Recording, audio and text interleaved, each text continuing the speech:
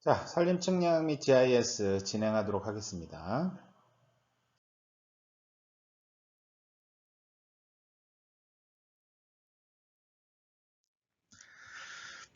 고저 측량, 수준 측량 용어에 대한 이야기들을 먼저 하고 수업을 진행을 하도록 하겠습니다. 내용을 이제 다양한 용어들이 나오는데요. 여러분들 아마 뭐 초중고등학교 때 들었던 그런 이제 용어들도 있고요. 새로운 용어들도 있어서 어느 정도 정리를 하고 넘어가도록 하겠습니다. 자, 먼저 수직선입니다. 수직선은 여러분들 알고 계시죠? 네, 수평인 면에서 직각으로 세운 선을 우리가 이제 수직선이라고 이야기를 합니다. 그래서 일반적으로 어느 직선 또는 평면과 직각을 이루는 직선을 수직선이라고 이야기를 하고요. 측량에서는 임의의 한 지점에서 지구 중심을 연결한 직선입니다. 그래서 연직선이라는 개념과 일치하는 것으로 우리가 이제 간주를 하고 있습니다. 근데 고민을 해야 될 부분이 있어요. 여러분들 뭐 집에서 혹시 강의를 듣고 계시다 그러면 과일이 있으면 한번 이쑤시개를 가지고 어머니한테 혼날지도 모르지만 조용히 한번 해보세요. 자, 수직선을 꽂습니다. 중심, 과일의 중심을 통과하는. 또 하나 더 꽂아볼까요? 네, 이렇게도 꽂고요. 예, 이렇게도 꽂고요. 평행합니까? 네, 평행하지 않죠. 평면에서 원래대로라면 수직선은 평면에서 한 평면에서 수직선을 걷을 때는 평행해야 됩니다. 그죠? 평행해야 돼요. 근데 평행하지 않습니다. 지구의 곡률 때문에 그렇죠. 그래서 지구의 곡률로 인해서 멀리 떨어진 다른 지점에서의 수직선과는 평행하지 않습니다. 하지만 평면 측량, 우리 이제 대지 측량, 소지 측량 배웠었잖아요. 평면 측량이라고 평면이라고 가정하고 우리가 측량을 하게 될 때 이런 소규모 지역에서는 평행한 것으로 가정을 해서 우리가 진행을 하도록 합니다. 다음 이제 수준면입니다. 우리가 이제 수평면이라고도 이야기를 하는데요. 각 점들이 중력 방향의 직각으로 이루어진 곡면을 중력 방향의 직각. 그럼 이제 아까 수직선을 지구 중심을 향해서 꽂았던 수직선을 쭉 연결을 하는 면이 되겠죠.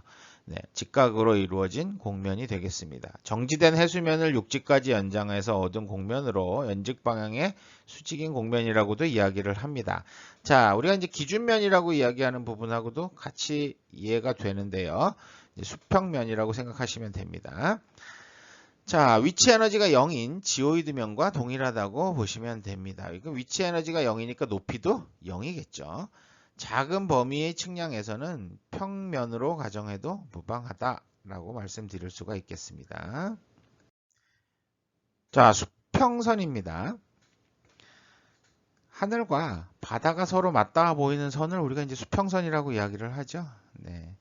바닷가에 가서 보시면 길게 하늘과 바다가 맞닿아진 선이 보입니다. 우리나라에서 지평선을 보기는 좀 쉽진 않습니다. 아래서 이제 설명 다시 나오는데요. 지구를 둘러싼 수평면을 지구의 중심을 포함하는 대원의 평면으로 자를 때 수평면과의 교선을 의미하기도 합니다. 뭐 어렵게 설명을 하고 있습니다. 수평면과 일치하거나 평행합니다. 수평선 상의 모든 점들은 중력 방향과 직각이 될 것 같습니다. 그럼 이제 지평면으로 갈게요. 연직선에 수직하고, 연직선은 아까 얘기했던 수직선하고 같은 내용이죠. 연직선에 수직하고 지구상 임의의 한 점에 접하는 평면을 우리가 지평면이라고 얘기를 합니다. 시중거리 이내에서는 수평면과 동일하게 간주를 하게 됩니다. 자, 다음에 이제 지평선인데요. 하늘과 땅이 서로 맞닿아 보이는 선이겠죠. 뭐 수평선하고 반대죠.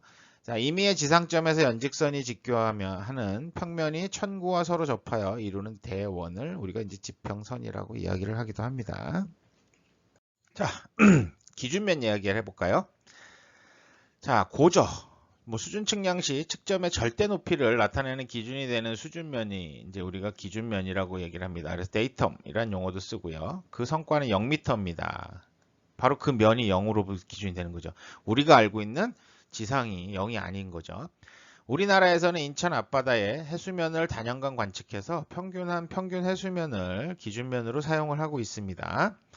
그래서 그 바다에다가 우리가 이제 높이를 0을 표시해 놓을 수가 없다 보니까 이제 인천 인하대 교정에다가 우리가 표시를 해놨다고 말씀을 드렸습니다. 수준 원점을.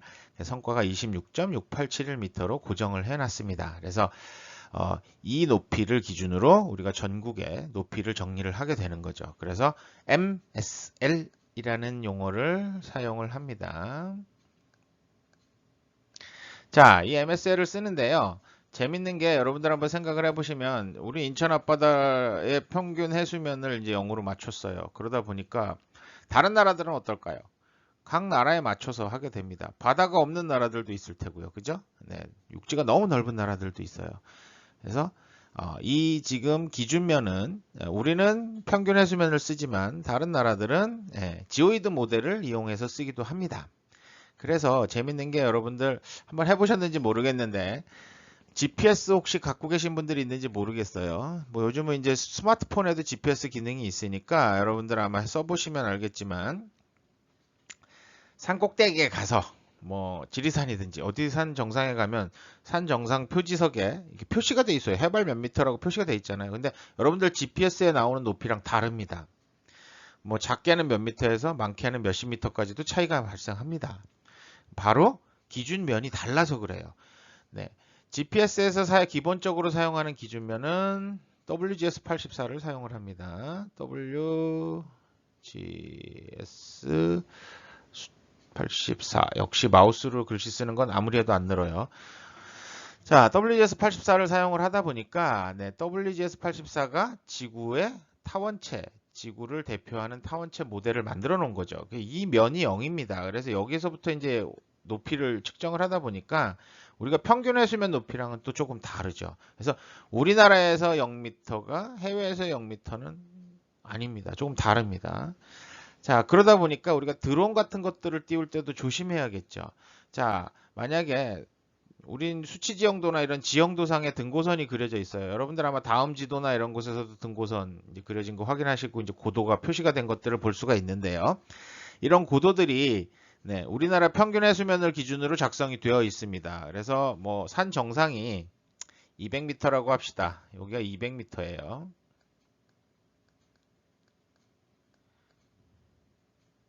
드론을 날릴 건데요. 산 정상에 부딪히면 안 되겠죠. 밑에서 드론을 띄울 건데 이만큼 올라가야 되는데 닿으면 안 됩니다. 그러다 보니까 어떻게 해야 됩니까? 이 200m보다는 여유가 있게 올려야 되는데요. 나무가 서 있습니다. 그죠? 나무들이 서 있어요. 나무가 몇 미터 되는지 잘 모르잖아요. 일반적으로 한 30m 정도, 이게 여유를 두고 한 2, 30m 정도 플러스를 해줍니다. 230m 정도면 될까요? 그런데, 드론한테 230m만 올라가, 여기서부터 230m만 올라가라고 얘기를 하면 얘가 230m로 올라갈 텐데요. 이 표면에서의 기준입니다. WGS84의 기준에서부터 230m로 올라갑니다. 그러다 보니까 너무 낮게 날 수도 있는 거죠. 그래서 좀 더 여유고를 둬서 날리는 이런 이제 고민을 하셔야 됩니다. 자, 다음 이제 표고입니다. 표고는 기준면으로부터 공강상의 임의 지점까지 연직 거리를 이야기를 합니다. 수직으로 거리 차이를 얘기를 하는 거죠. 즉 기준면을 기준으로 한 임의점의 수직 위치를 의미하게 되고요. 기준면 위는 플러스, 아래는 마이너스 표시를 하게 됩니다. 자, 그러면 이제 수준 원점 한번 다시 한번 보고 갈까요? 우리 인천광역시 인하대학교 교정에 우리 1963년도에 설치했다고 그랬죠? 지금은 근대문화재인가요? 뭐 그 근대문화유산으로 지정이 되어 있죠.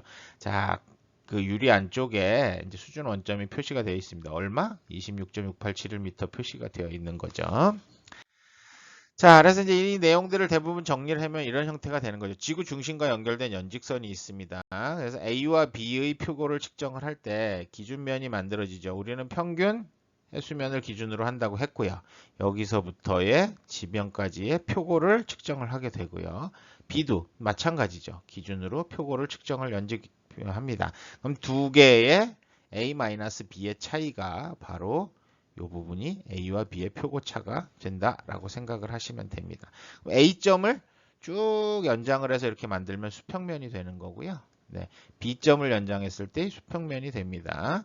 그래서 이 두 수평면 간의 차이가 바로 이제 A와 B의 표고차다라고 생각을 하시면 될 것 같아요. 자, 다음은 이제 수준점입니다. 수직 위치 결정을 보다 편리하게 하기 위해서요. 인천에만 있으면 인하대 교정 안에 있는 이제 그 수준점을 기준으로 이제 측량을 해야 되는데, 자, 청주, 부산 이런 데서 측량을 하려고 그러면 인천에서부터 매번 가져와야 되는 건 너무 어렵죠. 그러다 보니까 수직 위치의 결정을 보다 편리하게 하기 위해서 정확하게 표고를 관측해서 표시를 해둔 점을 우리가 이제 수준점이라고 이야기를 합니다. 수준 원점으로부터 국토 전역에 수준점을 설치하고 필요한 때에 주변에 설치되어 있는 수준점으로부터 표고를 측정할 수 있도록 한 점입니다. 그래서 우리가 이제 1등 수준점, 2등 수준점 두 가지 형태로 나눠져 있어요. 그래서 1등 수준점 같은 경우는 국도 또는 주요 지방도를 따라서 1급 이상의 레벨과 표척, 그러니까 아주 정밀한 기준에 맞는 1등 수준점 측량에 맞는 장비들을 이용을 해서 측량을 하고요. 영구 표식으로 설치한 수준점입니다. 그래서 0.1mm까지 표현이 되어 있습니다. 약 2km 간격에 1등 수준 노선이 교차하는 지점, 도화 지점 등에 설치가 됩니다.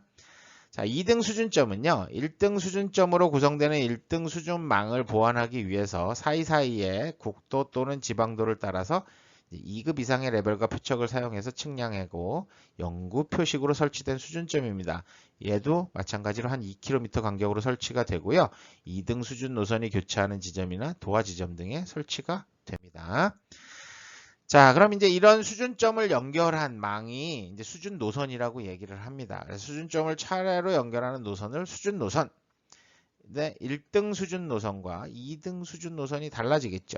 그죠? 1등 수준점을 출발점 및 도착점으로 하고 다각형을 형성하는, 다시 돌아오는, 이런 형성하는 것을 원칙으로 하는 게 1등 수준 노선이고요. 2등 수준 노선은 1등 수준점 또는 이미 설치된 2등 수준점에 결합되어 있는 것들을 이야기를 합니다. 그래서 1등 수준환의 길이는 400km, 2등 수준환의 길이는 200km 이내를 원칙으로 만들어야 됩니다. 자, 이제 수준환은 앞에서도 잠깐 나왔었는데 수준 노선이 서로 연결돼서 하나의 다각형 또는 원으로 폐합되어 있는 것이 이제 수준환이라고 이야기를 합니다. 임시 수준점은요, 이런 수준점들에서부터 이제 매번 가지고 와야 되는 불편함이 있죠. 물론 아까 이제 이야기해서 전국에 굉장히 많이 설치가 되어 있어요. 근데 우리 공사 현장에서부터 멀리 떨어져 있어서 매번 수준 측량을 할 수가 없다라고 할 땐 거의 수준점 수준으로 정밀하게 관측을 수행해서 현장 주변이나 현장 내에 임시로 설치해 놓은 임시 설치 수준점을 우리가 임시 수준점이라고 이야기를 합니다. 자, 그래서 대한민국 수준망 한번 살펴보면요. 전국이 이렇게 수준망으로 구성이 되어 있습니다. 그래서 수준 원점 높이 아까 말씀드렸고요. 설치 수량은 한 7,300점 정도 설치가 되어 있대요.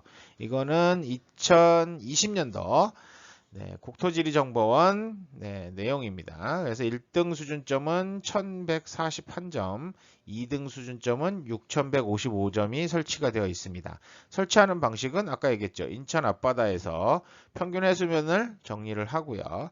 거기에 맞춰서 수준 원점을 설치를 했습니다. 26.687mm. 여기서부터 전국으로 이렇게 수준망을 구축을 하게 되는 거죠. 제주도를 포함해서요. 그래서 우리가 일반적으로 봤을 때 17개의 수준망을 구축을 하고 있습니다.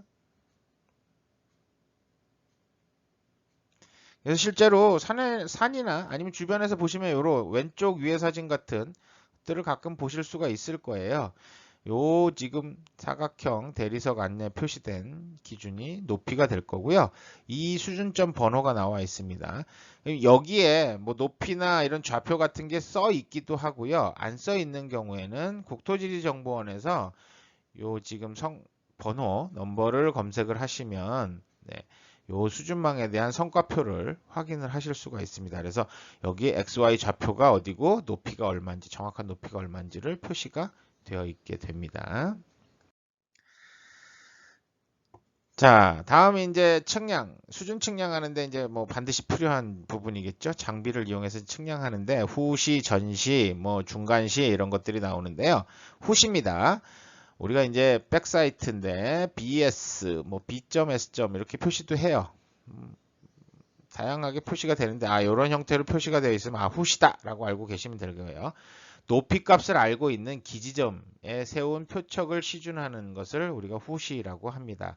무슨 얘기냐면 높이값을 아는 아까 수준점 같은 데다 표척을 세우고요. 장비로 시준을 합니다. 이렇게 시준하는 행위를 뒤를 바라보니까 후시입니다. 기준점을 바라본다 그래서 후시 성과는 수준 측량의 정도에 상당히 많은 영향을 미치므로 매우 정밀한 관측이 수행이 되어야 됩니다. 다음에 기지점에 우리가 높이를 알고 있는 기지점에 지방고가 여기 이제 지방고 높이가 지방고겠죠. 거기에 후시값을 더하면 기계고가 만들어줍니다. 이 기계의 높이가 결정이 되는 거죠. 기계의 높이는 어디서부터? 기준면에서부터 여기까지입니다. 뒤에 다시 한번 이야기를 합니다.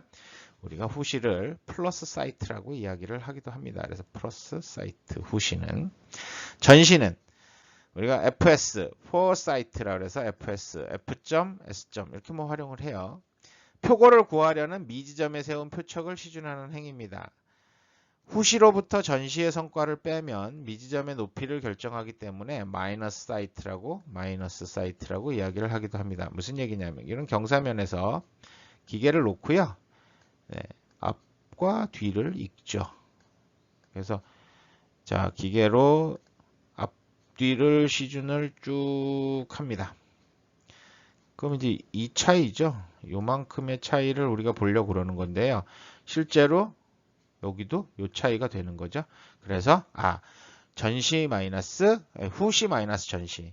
후시에서 읽은 값 마이너스 전시 값을 하면 요만큼이니까 표고 차이가 나오는 거죠. 네. 그래서 높이를 알 수가 있게 됩니다.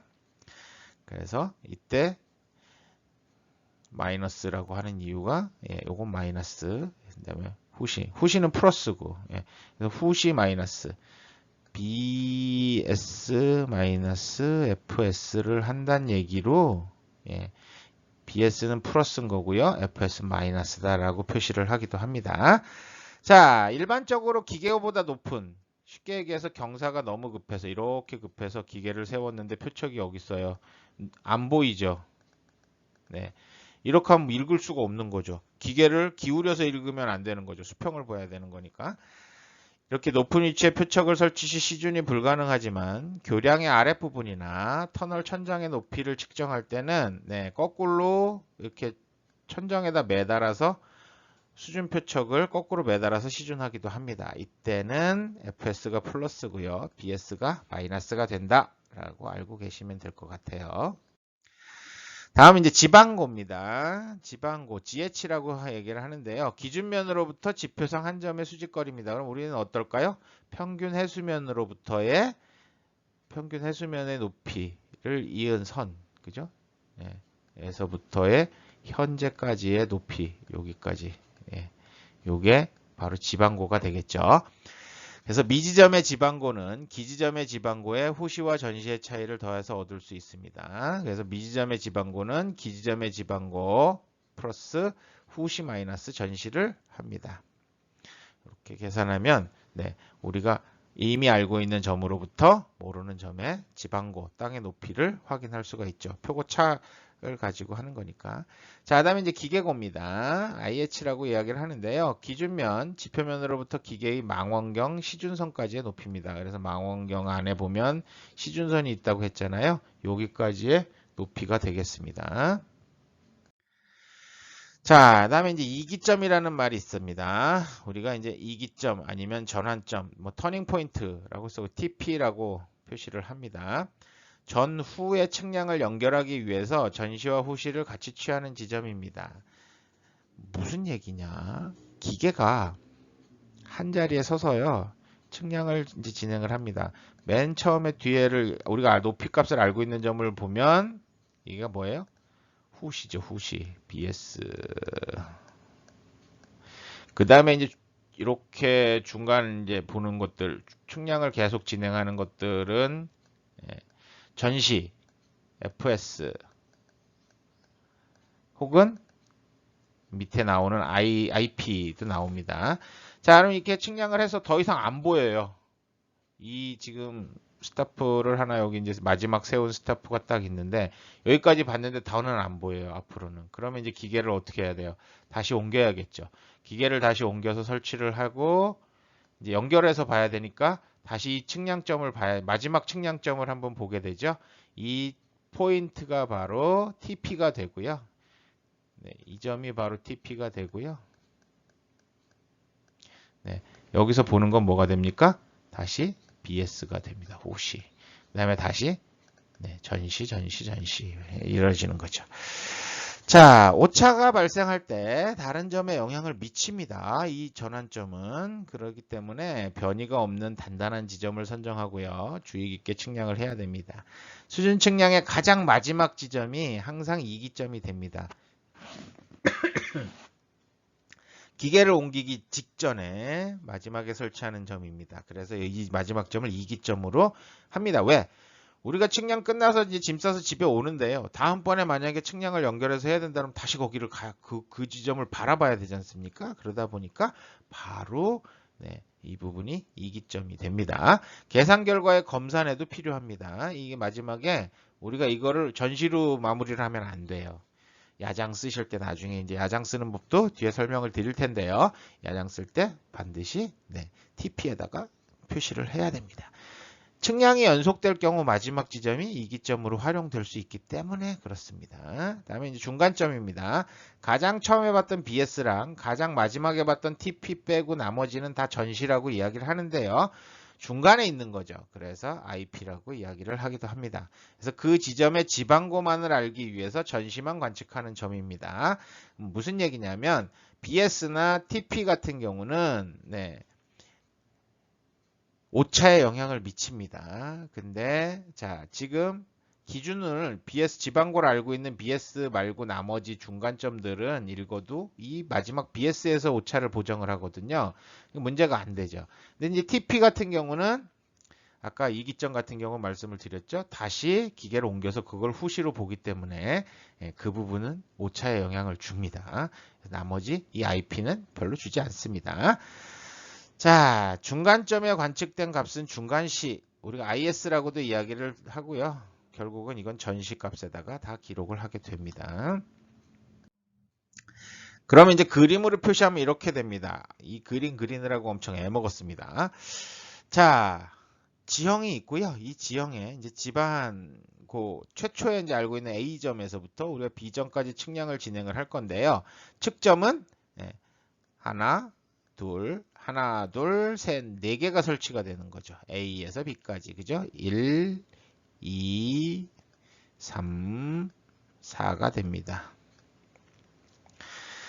자, 그 다음에 기계를 설치를 했죠. 기계를 설치하면 지방고는 우리가 알고 있는 거죠. 최초의 A점은 이제 기지점입니다. 알고 있는 이제 기지점이 될 테고요. 지방고는 아까 얘기했듯이 평균 해수면에서부터의 높이라고 말씀을 드렸습니다. 가장 먼저 기지점에 설치된 값을 제일 처음에 표적값을 읽으면 여기가 될 텐데요. 표적값을 읽으면 이 부분이 후시가 됩니다. 다음에 기계를 돌려서 이번에는 중간점을 바라보게 되죠. 중간값을 한번 읽습니다. 중간값을 읽게 되는데 이 부분도 전시에 기록한다고 말씀을 드렸죠. 다음에 또 한 번 더 봅니다. 또 이기점인데 이제 여기까지 보고 기계를 옮길 거예요. 그래서 전시에다 표시를 하는데요. 네. 자, 이번에는 넘어가서 기계를 이제 옮길 텐데 여기 기계 옮기니까 이 부분이 이제 이기점이 됐습니다. 그래서 나중에 야장에 보시면 전시에 TP가 같이 있습니다. 그래서 같은 라인에다가 제가 전시값을 쓰고 그다음에 옮기면 이기점 값을 다시 표시를 하게 되어 있습니다. 자, 그다음에 이제 후시를 다시 바라보게 되죠. 그러면 이게 다시 후시에 표시가 되고요. 그 다음번에 또 전시를 바라보게 됩니다. 이런 식으로 총 몇 번을 봅니까? 하나, 둘, 셋, 네 번, 5번을 바라봐야지만 끝나게 되는 거죠. 자, 이렇게 해서 연결을 하는 형태들. 그래서 마지막에 B점의 지방고를 계산을 하게 됩니다. 그래서 이제 기계고, 아까 얘기했죠? 네. A점에 바라봤을 때, 표척을 세우고 바라봤을 때, 네. 이 표척의 눈금 플러스, 네. 지방고.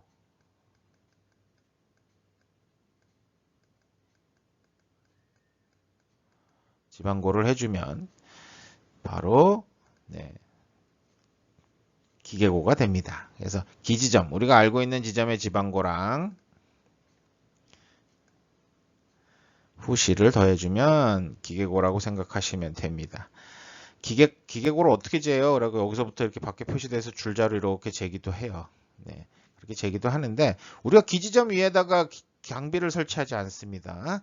그러다 보니까 예, 이렇게도 하기는 하지만 실제로는 네, 우리가 후시, 기지점의 지방고 플러스 후시를 통해서 기계고를 얻습니다. 그 다음에 이제 GH 지방고 I의 값입니다. 여기서 뭐 지방고 B의 값이나 아니면 중간에 이 값 같은 경우가 될 텐데요. 네. 네, 기계고 마이너스 전시를 해줍니다. 미지점의 지방고는 기계고 마이너스 전시값을 해주면 계산이 됩니다. 자, 그럼 이제 이거를 반대로 얘기하면 앞에처럼 되는 거죠. GHI 값을 구하고 싶으면요. I 지점에서의 지방고를 구하고 싶으면 그 이전 측점의 지방고에서 이게 이기점이나 BS 값 지점이어야 될 겁니다. 네, 그래서 거기 지방고 플러스 후시 마이너스 전시를 한 값을 더해주면 결정이 됩니다. 자, 수고하셨습니다.